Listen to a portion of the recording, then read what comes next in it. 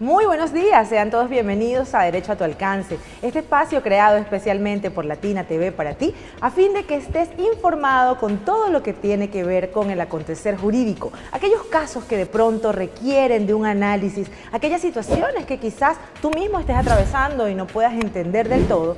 Estamos justamente con la intención de asesorarte. El día de hoy vamos a tener un programa muy interesante relacionado con todo lo que tiene que ver con las estafas a través de las redes sociales y los medios electrónicos. Para ello me acompaña un gran amigo personal a quien admiro muchísimo y que, si se quiere, es una de las personas más respetadas desde el punto de vista jurídico acá en el estado Lara, porque es un penalista de gran trayectoria y que sin duda les va a suministrar una gran información en relación a este tema. Es el doctor Javier Rojas quien está conmigo el día de hoy. Bienvenido, Javier, gracias por aceptar la invitación. Hola Cristina, buenos días y un saludo para toda la audiencia que nos está viendo en este momento. Hablar de estafas en redes sociales. ¿Por qué se ha hecho tan común esta situación cuando ya pues de por sí el flagelo de la estafa viene afectando a tantas personas? Bueno, fíjate, yo pienso que por la masificación de las redes sociales, por la aparición, cuando aparece el internet, se van buscando nuevas técnicas, nuevas formas de delinquir, y los estafadores van adaptando precisamente las estafas a los nuevos tiempos, con nuevas modalidades, con nuevos modos de buscar incautos, y por supuesto las redes sociales son un caldo de cultivo muy generoso para que un estafador pueda obtener grandes y jugosas beneficios a través de personas que son objetos de estos fraudes. Engañar a un individuo. Usted que de pronto tiene una necesidad, una carencia, desea adquirir un producto, o incluso desde el punto de vista hasta de lo que es la filantropía, personas que quieren ayudar y también son engañadas en cuanto al destino de sus fondos. Hablaremos hoy entonces de las diferentes modalidades de estafas, comenzando a orientar un poco a nuestra audiencia sobre lo que es per se un delito de estafa. Sí, fíjate. En la mayoría de las legislaciones, la estafa está concebida como una acción, ¿verdad?, dirigida a engañar a una persona. El engaño aquí es fundamental, lo que los franceses llaman la puesta en escena, simular una realidad que no es, con la finalidad de sorprender en su buena fe a esa persona y obtener un beneficio, por supuesto, ilegítimo en perjuicio de otra persona. Ese es un concepto general de estafa o de fraude. Las estafas, los fraudes son tan antiguos como la aparición del lenguaje, del idioma, de la escritura, y con la aparición de la moneda. Las primeras estafas que se dan son precisamente falsificando o creando monedas falsas, creando títulos nobiliarios falsos, títulos de propiedad falsos, documentos falsos. Ahí comienza el mecanismo de estafa, porque generalmente con estos documentos se cometen estafas, se cometen fraudes. Nadie va a falsificar un documento simplemente por querer darle la apariencia. Exactamente. Se busca siempre, generalmente, falsificar documentos para cometer estafas, cometer fraude. Entonces, a través de la historia de la humanidad se han venido generando algunos tipos de fraude que son muy comunes, pero que con la aparición de nuevas tecnologías, la aparición del internet, la aparición de las redes sociales, el estafador las ha ido modificando, las ha ido adaptando, no solamente con la aparición de las redes sociales, sino también vistas las circunstancias muy particulares de un país, de una ciudad. Por ejemplo, la realidad o la situación del caso venezolano con la venta de divisas, que es una realidad muy particular venezolana que quizás en otros países no se pueda apreciar o no entiendan cómo se puede cometer ese tipo de fraude. Entonces, precisamente, el estafador, que generalmente son personas muy habilidosas, muy inteligentes, van adaptando los modus operandi a tiempos actuales, a realidades muy particulares de cada región. Y justamente hablando de esas realidades que caracterizan al venezolano, una de ellas está el deseo de facilitar las cosas. Cuando queremos ahorrarnos de pronto el tiempo de ir a comprar algo, optamos por ver tiendas virtuales sin de pronto verificar de que existan en realidad. Constatamos desde el punto de vista de Instagram, por ejemplo, una tienda que tenga de pronto un perfil medianamente correcto, podrían enamorarnos, un par de fotos y decir, bueno, aquí va mi dinero. Y esto sencillamente podría ser una de las múltiples modalidades de estafa.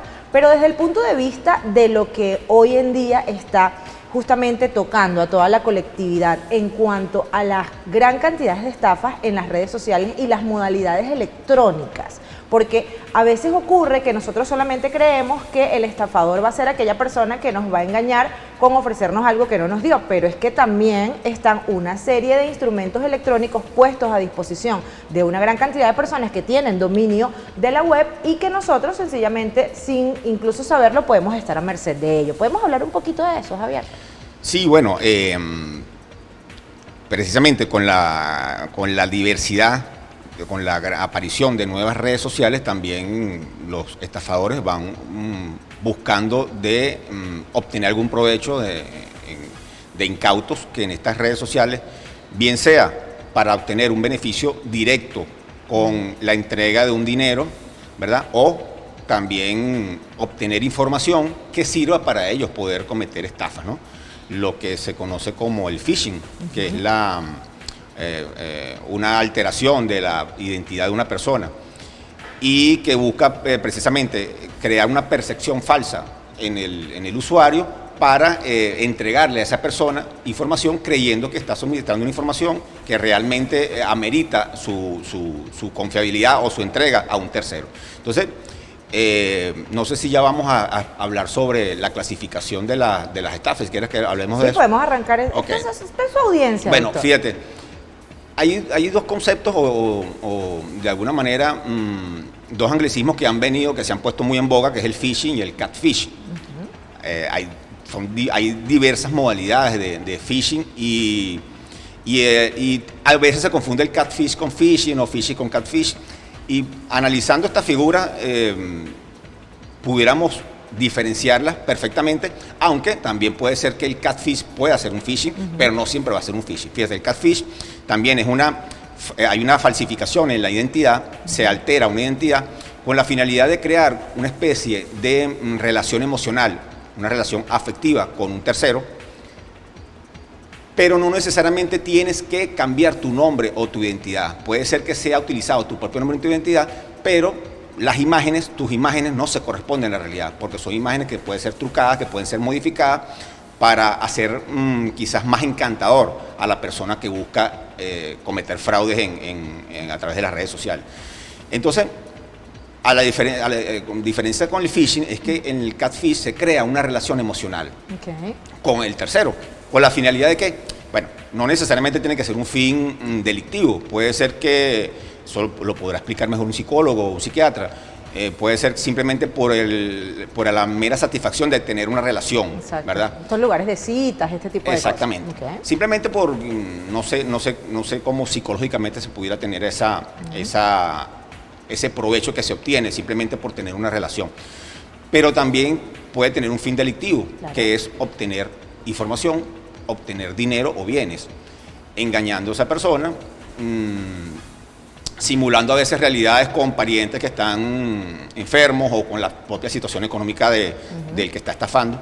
Y entonces, a través de ese enlace, de esa relación afectiva, también se puede obtener de alguna manera información privada, fotos privadas con las cuales posteriormente se pueda extorsionar a esa víctima. Entonces, eso fundamentalmente es el catfish.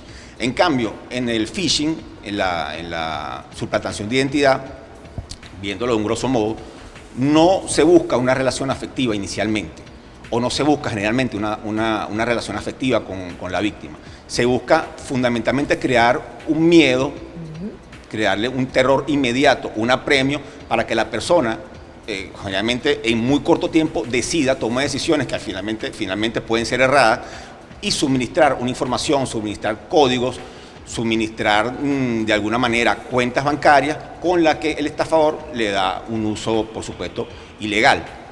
Y a través de diversos mecanismos puede precisamente obtener esa información ilegal a través de suministro de links que conllevan a irte a páginas que tienen virus o malwares para poder obtener información, etcétera. Entonces, vamos a empezar a concretar, estimada audiencia, de qué va todo esto. Si estamos en presencia de un catfish, podríamos hablar de una situación emocional en la cual nos vemos envuelta, de estar hablando con un individuo que presuntamente puede entablar una relación sentimental con nosotros y que en algún momento, tal cual como lo vimos a través de todos los medios de comunicación hace un par de meses con el estafador de Tinder, que se roba nuestro corazón y hace uso pues justamente de las carencias emocionales que abundan por allí y comienza entonces a crear ese lazo emocional con usted en aras, por supuesto, de ganar su confianza, como bien lo dice mi invitado, en aras de obtener información vital de su persona o incluso en la factibilidad de colocarle en una posición de apremio para la cual, una vez establecido el vínculo emocional, es evidente que usted entonces responda a cualquier emergencia que tenga esta persona, como era el caso de este famoso estafador de Tinder. Así las cosas, tendríamos a un individuo que presuntamente es quien dice ser, pero que quizás utiliza otras fotos que no son, o viceversa, porque también puede ocurrir. Hay personas muy agraciadas que pueden hacer uso justamente de su apariencia, pero entonces lo que suplantarían allí serían algunos datos de su ubicación, de su identidad, y todo con la finalidad de engañar, porque como lo decíamos al principio, toda estafa requiere justamente un engaño. Y es aquí en donde debemos partir para entender que desde la premisa del engaño es usted en donde está siendo una potencial víctima. No se nos vayan, porque al regreso vamos a ahondar un poco más en estas modalidades justamente de este tipo de estafas electrónicas para poder identificarlas y evidentemente evitarlas. Ya volvemos.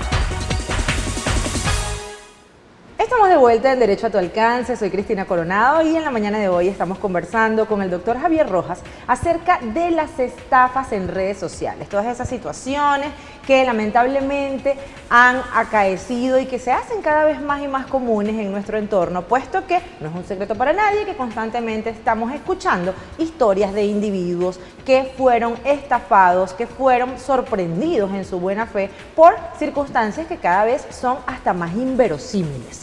Doctor Javier, esas modalidades de estafas que cada vez van como que perfeccionándose, ¿cómo podemos orientar a la audiencia de Derecho a tu Alcance al respecto? Bueno, fíjate, como lo dijimos al inicio del programa, el estafador busca adaptarse a los nuevos tiempos y también hay una cosa que es muy interesante, que como las modalidades se van de alguna manera haciendo más conocidas para los incautos y ya las personas a veces no caen, por ejemplo, cuando llega el famoso mensaje de María, ¿verdad?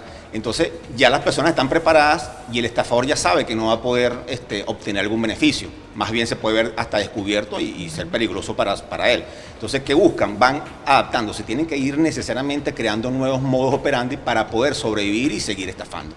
Fíjate, el ejemplo más clásico es el de las llamadas, las estafas africanas. No quiero darle una connotación negativa al término africano, pero claro, así es conocida internacionalmente. O también le dicen la estafa nigeriana, que antes de la aparición del internet se hacía a través de correo ordinario. Llegaba una carta, ¿verdad?, con un membrete, con un sello de un supuesto príncipe africano que estaba pasando por un tema político en su país y no podía movilizar dinero y solicitaba tu cuenta para movilizar grandes cantidades de dinero y que te iba a premiar con una gran cantidad de dinero. Eso se comenzó a hacerse en Europa y muchas personas verdaderamente daban su cuenta o prestaban su cuenta o inclusive daban donativos a su causa y eran estafados por esta acción. Esta estafa africana se ha venido perfeccionando y ahorita ya no llega, por supuesto, ya no es por correo ordinario, sino a través de correos electrónicos, utilizando la misma casuística, pero utilizando ya como medio de comisión el correo electrónico. Los esquemas piramidales, los esquemas Ponzi, que datan de finales del siglo XIX y fueron muy conocidos, van apareciendo cíclicamente a través de diversas modalidades. Primero las pirámides, donde decían que ¿cómo funciona un esquema Ponzi? Bueno, se buscan inversores que van aportando valga la redundancia, su inversión y van obteniendo unas ganancias bastante interesantes, pero mientras se van incorporando al sistema nuevas personas. Es decir, es un sistema que está destinado a fracasar porque llega un momento en que no ingresan nuevas personas y los que ya obtuvieron su dinero, si vuelven a ingresar al sistema, no van a poder obtener la misma ganancia, pierden el dinero. O si sales del esquema, los que van entrando van a perder su dinero en algún momento porque va a llegar un término en que se termina el sistema, muere el sistema porque no hay nuevos inversores. En este caso es importante que recordemos que todo lo que tiene que ver con las estafas piramidales depende mucho justamente de lo que indica el doctor Javier, del ingreso de nuevos miembros. Cuando a usted le ofrecen una ganancia que va muy por encima del interés que está autorizada la banca nacional para que usted reciba por ahorro de su dinero, es allí en donde debe empezarle a hacer ruido esta situación. Ninguna casa bancaria, desde el punto de vista de la autorización de Sudeban, tiene la potestad de entregar intereses que van por encima de la establecida por el BCB. Entonces, las estafas piramidales se apoyan justamente de esa oferta rápida de duplicar, triplicar o quintuplicar una cantidad de dinero en muy corto tiempo. Entonces, evidentemente, juegan con la avaricia de esa persona que quiere obtener ganancias rápidas y que evidentemente es un gran señuelo. Claro, sí, y los esquemas piramidales no siempre se utilizan en las redes sociales, ¿verdad? Se utiliza también entre amigos, entre colegas, entre círculos sociales, pero con la aparición de las redes sociales y con la aparición de grupos en redes sociales, donde hay una interrelación mucho más directa entre diversas personas, aparecen estas llamadas modalidades como la mándala, las mándalas, o como la flor de la felicidad o la flor de la abundancia, que no es ninguna novedad, sino simplemente son esquemas Ponzi que han venido siendo modificados con el tiempo. Con el tema de las estafas piramidales, hay una cuestión que es interesante. Comentaba una vez con una colega que ella me decía, bueno, pero si tú le explicas a la persona que cuando ingresa al sistema puede ser que pierda, porque si no ingresan nuevas personas, si no ingresan nuevas personas al sistema, eso sería estafa. Y bueno, en estafa es un engaño. Si la persona sabe, está de una manera al tanto de que está aportando un dinero y que puede ser que si no vienen más personas, si no entran más personas, más nuevos inversores al sistema, pierda su dinero, bueno, entonces ya no pudieras estar hablando de engaño, de estafa, porque la persona sabe que se está teniendo. Pues eso pudiese ser una situación a considerar. ¿Hay realmente un engaño si se le explica a la persona? Bueno, interesantísimo que toquemos eso, porque en el caso de la estafa piramidal, acá, además del engaño propiamente dicho, está el tema de que se captan recursos indebidamente del público. Entonces, en las estafas piramidales hay como dos modalidades de delitos que se cometen: de engaño y al mismo tiempo afecto a la banca nacional, al Estado, al captar recursos indebidamente del público. Ciertamente, cuando hablamos de todo lo que tiene que ver riesgos financieros, cualquier persona que dice, bueno, voy a invertir y como inversión hay un riesgo, los riesgos deberían ser controlados. Entonces, no es lo mismo que le digamos a un individuo que usted en casa esté analizando la factibilidad de ingresar a alguno de estos grupos desde la perspectiva que le digan, puedes perder todo tu dinero o puedes no ganar. Entonces yo creo que allí, como acto volitivo de cualquier ser humano que decide qué hacer con su dinero, sería como que una especie de garantía mínima que requiere cualquier inversión, en donde si está invirtiendo, por ejemplo, $1,000, quizás entonces no gane los 5,000 que le ofrezcan, pero por lo menos que le garanticen que no pierda sus 1,000, porque lo que ocurre con estas modalidades de estafas es que de repente, al no ser personas jurídicas que están legalmente constituidas y al ser muy difícil de rastrear, pierde incluso hasta lo que invirtió. Sí, claro, ahí, como mencionas tú, no solamente es el tema del fraude como tal, sino también la comisión de otros delitos bancarios o delincuencia organizada, etcétera. Sí, entonces, bueno, ese sería otro tipo de situación a analizar, si realmente hay un engaño o no hay un engaño y qué otras consideraciones penales pudiese haber para esa conducta o para esas conductas que se cometen. Está también, a través del phishing, está también la obtención de información suministrando links, suministrando acceso a páginas que pueden sustraer tu información. Fíjate que recientemente me tocó un caso, y quiero mencionarlo porque es importante, porque es una modalidad que se está dando con más frecuencia, que es que llegan notificaciones de supuestas causas penales iniciadas contra una persona, y le llega una notificación a una persona informándole, una notificación a través del correo electrónico, informándole que está siendo objeto de una persecución penal, de una acción penal o de una investigación penal. Claro, la persona inmediatamente se ve afectada, ¿verdad? Se sorprende, se asusta, porque sabemos todo lo que implica un proceso penal para una persona, y toma decisiones a veces equivocadas, accede a los links o suministra la información, y con ello ya está dejando abierto el camino para que cualquier estafador pueda utilizar sus datos para cometer delitos, para cometer fraude. Y bueno, pero en la parte es importante precisamente empezar a describir o a identificar cuáles de estos correos pueden ser sospechosos para no caer en estos temas. Igualmente, a través de una modalidad de phishing que se llama spray and pray, que es precisamente a través del apremio,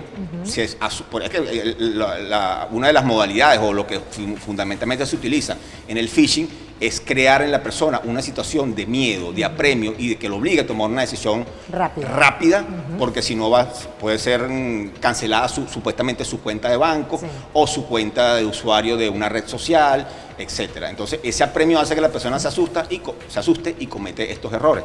Precisamente eso es el modus operandi y la efectividad que tiene el phishing, ¿no? Que la persona, y por supuesto, si no tienes conocimiento de lo que puede generar el suministrar un código o suministrar una identidad o suministrar tu número de cuenta bancaria, sabes que, o mejor dicho, al no tener esa información, no sabes en qué puedes estar, inclusive puedes incurrir hasta en un delito o colaborar en la comisión de un hecho punible utilizando tu cuenta para recibir dinero, etcétera. Entonces, es interesante conocer estas señales que hay, que vamos a hablar un poco más adelante acerca de esto, para poder evitar ser objeto de un fraude o una estafa. Fíjense que es muy importante que tengamos en cuenta el hecho de que cualquier organismo, bien sea público o privado, que desee notificarle algo a usted a través de alguna red o alguna vía electrónica, no le va a suministrar que usted reenvíe correos, acuse recibo o verifique datos, puesto que cada vez más vemos con frecuencia que incluso compañías telefónicas grandes como Movistar han indicado a sus usuarios que no están enviando correos para solicitar la verificación de ningún dato, y que incluso Banca Venezolana, que ahora estamos viendo fusión de bancas grandes, están indicando que en virtud de esta situación no se le está pidiendo a los clientes ningún tipo de proceso diferente que no sea el propio que se hace internamente en el banco. Lamentablemente, el incremento en el auge de estos delitos ha hecho que las personas tengamos que regresar a las instituciones a verificar que esto sea cierto. Y decimos lamentablemente porque justamente lo que se quiere con la tecnología es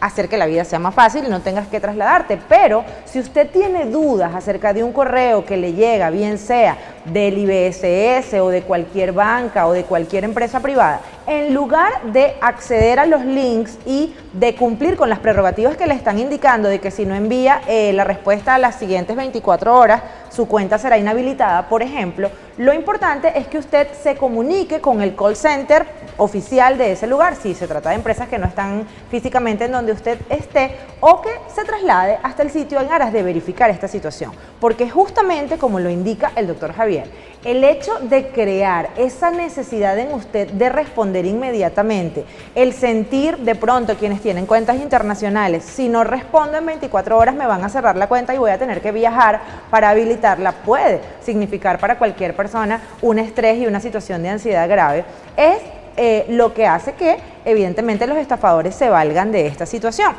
Pero no se vayan, porque al regreso vamos a hablar justamente de cuáles son esas diferentes modalidades de estas estafas y de cómo podemos descubrirlas desde el punto de vista electrónico sin ser unos expertos en el área, pero sí teniendo la precaución necesaria para proteger nuestros bienes. Ya volvemos.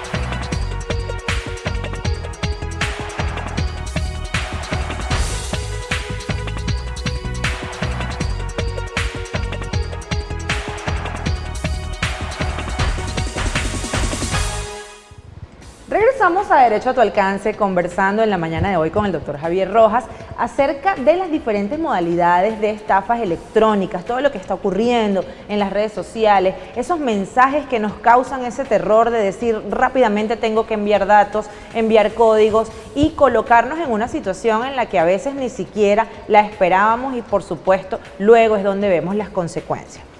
Doctor Javier, un poco para concretar las diferentes modalidades que el venezolano de a pie está viendo como que con más frecuencia y en aras justamente de orientarlos para que no caigan tan fácilmente. Fíjate, como está masificado el uso de la red social WhatsApp, se utiliza mucho este medio de comisión para fraudes, para estafar a la gente. Entre unas modalidades está la famosa esta María, que ese tema de la utilización de personas para, mejor dicho, el nombre de María, como es un nombre muy común, ¿verdad? Todo el mundo tiene una amiga Todos María. tenemos una María. Entonces, muchas personas incautas establecen la conversación con esta persona, quien le puede hacer, hay que diferentes formas de pedimento que le puede hacer esta persona. Le puede solicitar desde, mira, necesito vender unos dólares, ¿verdad? Dime quién me los puede comprar, quién me los puede facilitar, o necesito, un familiar tuvo un accidente, necesito dinero para poder sufragar los gastos médicos, los gastos de la clínica, y entonces la modalidad del uso de personas que supuestamente son conocidas es muy variable, puede haber muchísimas formas de delinquir a través de esta modalidad. Muy frecuentemente se viene dando ahora, en la actualidad, el tema de que alguna persona quiere ingresar tu número telefónico para incorporarlo al WhatsApp en otro teléfono, en otro aparato, y si tú no tienes las medidas de seguridad correspondientes, que les vamos a hablar sobre las recomendaciones que se debe tener en este sentido, si no tienes las medidas correspondientes y quieres ingresar, o a una persona quiere ingresar tu número en otro teléfono para suplantar tu identidad y con eso cometer fraude, puede ser objeto de fraude, ¿no? Por eso es importante manejar las medidas de seguridad. Pero ¿qué ocurre? Personas inmediatamente recibes en tu teléfono una notificación o un mensaje de WhatsApp y miras el logo y te aparece que es WhatsApp, pareciera que es la empresa WhatsApp que te está pidiendo la información, que se está comunicando contigo y te dice para actualizar su cuenta, como ya WhatsApp va a dejar de funcionar ahora, entonces necesitamos que nos envíes el código. Sí. Entonces, muchas personas se asustan cuando dicen WhatsApp va a dejar de funcionar. Si yo trabajo con WhatsApp, para mí es importantísimo WhatsApp para comunicarme con mis seres queridos, con mis familiares que están muchos en el exterior, etc. Entonces, la otra persona accede a ingresar y llega el código, la persona reenvía el código a esta supuesta WhatsApp que te está escribiendo, alguien de la empresa supuestamente, y entonces ya suplantan tu identidad. Pierdes las conversaciones, bueno, puedes perder las conversaciones, pero quien recibe el código y puede ingresar a tu cuenta, a tu cuenta anterior, va a verificar, va a poder revisar las conversaciones y va a poder entablar conversaciones creíbles porque va a utilizar inclusive tus contactos. Primero tus contactos, pero si hay conversaciones ya abiertas, ya sabes cómo te vas a comunicar con esa persona, con algún sobrenombre, si utilizas algún tipo de frase cariñosa, cómo te diriges a esa persona. O lo último que se dijeron. Lo último que se dijeron y ya precisamente puedes continuar el hilo de la conversación y hacerte creer que verdaderamente estás hablando con esa persona cuando es otra persona. Una de las preguntas que siempre me hacen es cómo desde el punto de vista de la praxis se logra hacer esta captación de tus datos electrónicamente hablando. Evidentemente, sin ser expertos en la materia, queremos orientarlos justamente con el tema de que esto que decimos o denominamos phishing consiste en eso, en pescar. Cuando usted accede a links, cuando usted reenvía códigos, allí electrónicamente se está creando una traza que como una red de pesca está captando sus datos y es de esa manera en la cual usted se vuelve vulnerable. Porque personas, sobre todo personas mayores, me dicen, pero es que si yo no le di mi número a nadie, si yo no le di nada a nadie, ¿en qué momento caí? Y es justamente esa situación en la que usted sin de pronto saberlo, hasta incluso cuando te envían un catálogo para ver productos electrónicos, electrónicos en una cuenta de Instagram. ¿Quieres conocer nuestros productos? Haz clic, entra en nuestro catálogo, allí pueden pescar tus datos, ¿cierto? Sí, claro. El estafador siempre está ávido de obtener información para poder cometer las estafas. Y hay muchísimas formas de incautar números telefónicos para poder sorprender la buena fe de personas. A lo mejor de forma inocente puedes suministrar un número telefónico, o a lo mejor tu número telefónico es del dominio público. O sea, hay que tener mucho cuidado a la hora de suministrar información. Lo importante de todo esto es que ir conociendo las modalidades y estar siempre escéptico ante cualquier situación que se pueda presentar que amerite suministrar información, enviar código, enviar dinero cuando te están solicitando dinero, etcétera. Ya en las recomendaciones vamos a hablar un poco más sobre esto. Pero entonces a través del WhatsApp se cometen muchísimas estafas, precisamente porque es la red social que quizás tenga en Latinoamérica mayor auge, quizás en otros países no se use tanto el WhatsApp. Sorprendentemente en Estados Unidos no se utiliza tanto el WhatsApp, se utilizan otras redes sociales, otras intranet, pero es precisamente la suplantación de la identidad a través del WhatsApp con la que se pueden cometer muchísimas modalidades de estafa, innumerables modalidades de estafa. Ya la gente está prevenida, ya todo el mundo, o bueno, generalmente se ha diversificado tanto el tema de María, que ya cuando recibes el correo, hola es María, o cuando recibes el mensaje, hola es María, ya tú sabes que hay algo...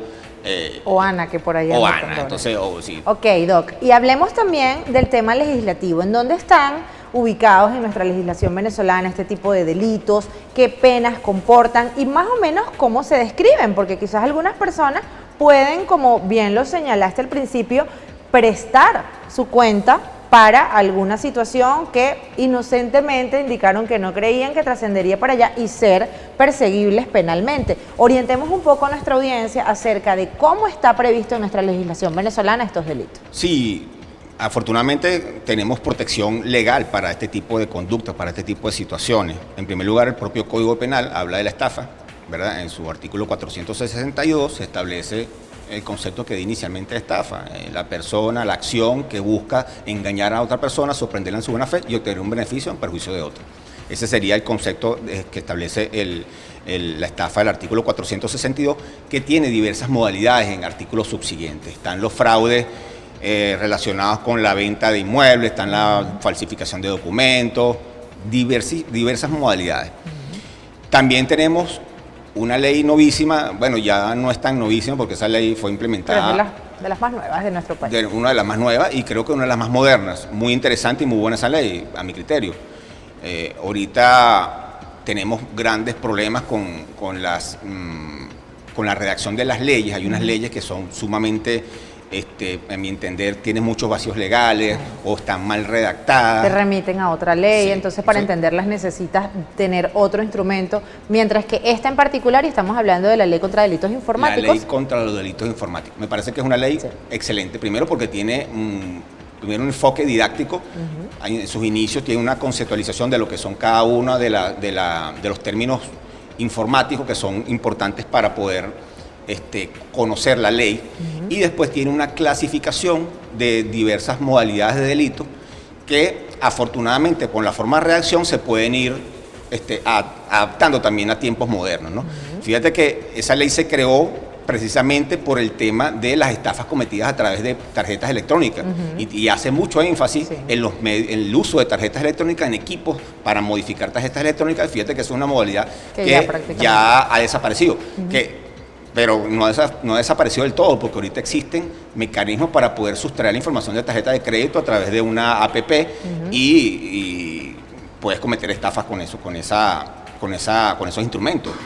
Entonces, es una ley que se creó inicialmente para atacar esa modalidad que estaba muy en boga en esa realidad jurídica, o en esa realidad social de un país, pero que afortunadamente tiene una serie de tipos penales con los que se puede perfectamente atacar modalidades recientes. Por ejemplo, el acceso indebido a sistema es un delito que se puede perfectamente tipificar con cualquiera de las realidades que estamos viviendo en la actualidad. Cuando alguien suplanta el WhatsApp, cuando antes suplanta una red social, está cometiendo el acceso indebido al sistema.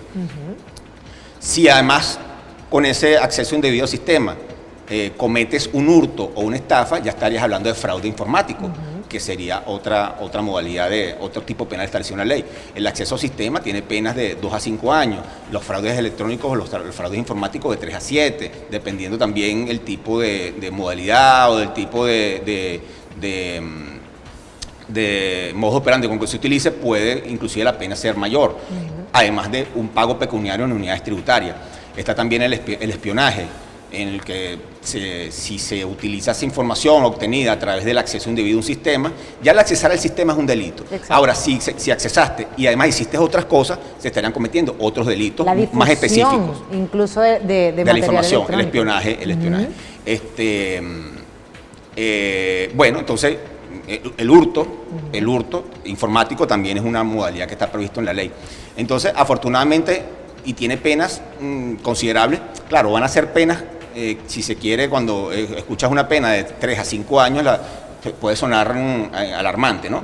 Pero en realidad son penas que para la legislación venezolana son bajas, son considerados delitos menos graves, porque pueden ser de alguna manera canalizados a través del procedimiento para delitos menos graves, que la persona a lo mejor ni siquiera va a pisar una cárcel en su oportunidad. Sin embargo, implican también la imposición de multas como pena accesoria, que es importante que se sepa que no bastará con que una persona sea investigada penalmente, sino que adicional tenga que resarcir lo que pecuniariamente en la mayoría de los casos seguro causó. Sí. Afortunadamente también la legislación procesal, la legislación adjetiva, el Código Orgánico Procesal Penal, prevé resarcimientos para las víctimas independientemente del tipo de delito, aunque la ley de delito informático no lo prevea específicamente.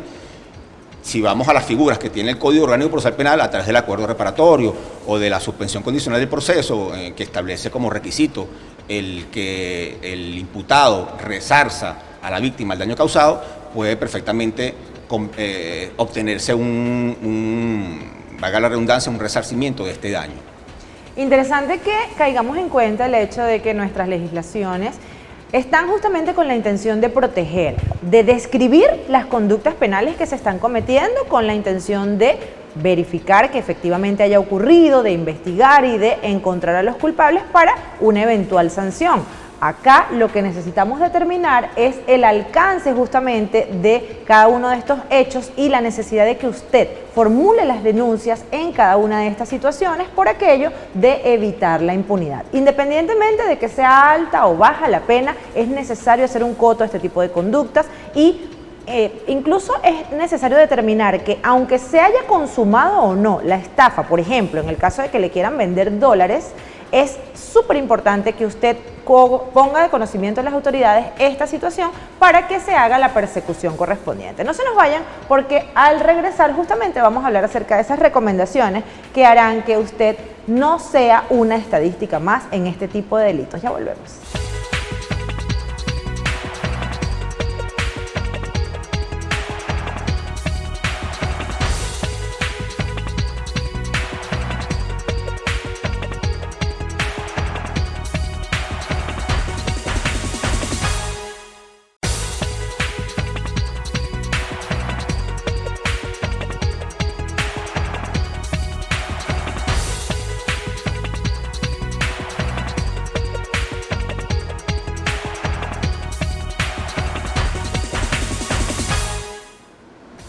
Regresamos a Derecho a tu Alcance, ya en la parte final de este programa tan interesante del día de hoy, en donde los queremos orientar acerca de todas las situaciones que se pueden presentar en las que usted sea víctima de un delito electrónico, de una estafa a través de las redes sociales y en donde prácticamente le ocurra sin que se dé cuenta.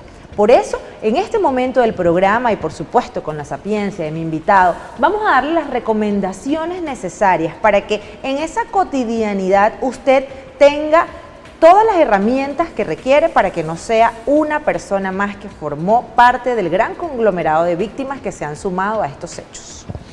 Sí, bueno, en primer lugar, en estos tiempos modernos hay que desconfiar de todo. Lamentable, pero sí. Hay que ser escéptico y desconfiar de todo, sin caer en paranoias, Sí. pero sí hay que desconfiar en temas de redes sociales y de dinero. Totalmente. Nunca está de más.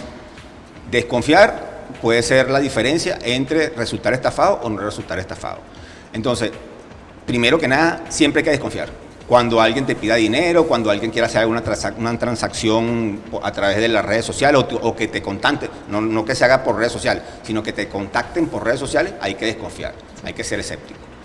En segundo lugar, utilizar siempre el sentido común.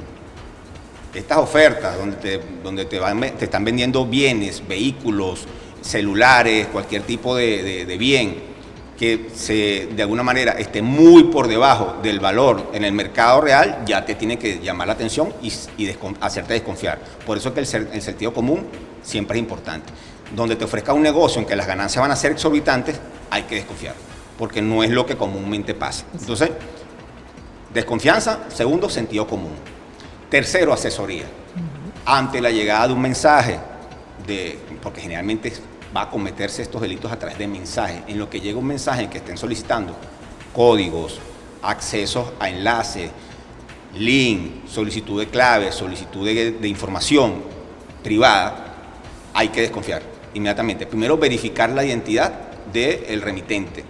A través, quizás muchas personas no manejen los términos informáticos y esto se le haga difícil. Por eso es que tiene que consultarle siempre a alguien que sepa. Si es una persona mayor, generalmente un sobrino, un nieto, un hijo maneja mucho, generalmente siempre hay uno que va a manejar este término. Pregunte y consulte antes de hacer cualquier cosa, porque el hacer cualquier cosa puede ser una tontería que conlleve a que sea usted estafado o estafada. Entonces, asesorarse. Con la identificación de quien suministra o quien envía el correo del remitente, vamos a poder detectar casi que de forma inmediata si se trata de un mecanismo de estafa. Porque generalmente en el dominio, es decir, en la dirección del correo o de la página web que te está enviando la supuesta información, van a aparecer datos que no van a ser acordes con la institución que esta persona representa o con la institución que te está enviando el mensaje o con la propia persona. Entonces, si te dicen que están enviando un correo de un banco y tú verificas el dominio y verificas que es un correo personal, ya tú sabes que no es un banco que te está mandando la información. Y es interesante que nos detengamos ahí porque es un ejercicio bastante sencillo desde el punto de vista informático, la verificación del dominio. Todo correo tiene un remitente que usted lo ve en la parte superior de la pantalla, que generalmente comienza con http://www y es desde donde le están enviando esa información. Usted puede sombrear toda esa info que le están dando ahí, copiarla y buscarla nuevamente. Es decir, se sale de ahí del correo y le da en el buscador de Google, vuelve y pega esta info y ahí le va a decir quién es. Si es una institución oficial, evidentemente le va a remitir directamente a la institución y eso le puede dar más calma. Pero como la mayoría de los casos no lo es, eso lo va incluso a reconducir a una cuenta de Gmail privada, a una cuenta de Hotmail o a una verificación de que no es un dominio institucional. Sí, no hay que confiarse de fotografías, de logos, porque estos son fácilmente utilizados por estafadores, los falsifican, los duplican, los editan. Se descargan en todas las webs. Es muy fácil ahorita crear un logo o falsificar un logo o una fotografía de una empresa o del logo de la empresa o de una propia persona. Entonces hay que desconfiar siempre de toda información que te pida dinero.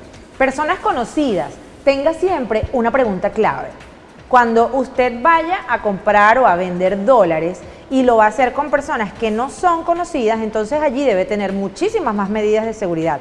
Pero generalmente tenemos un grupito de personas a las que les compramos y les vendemos dólares.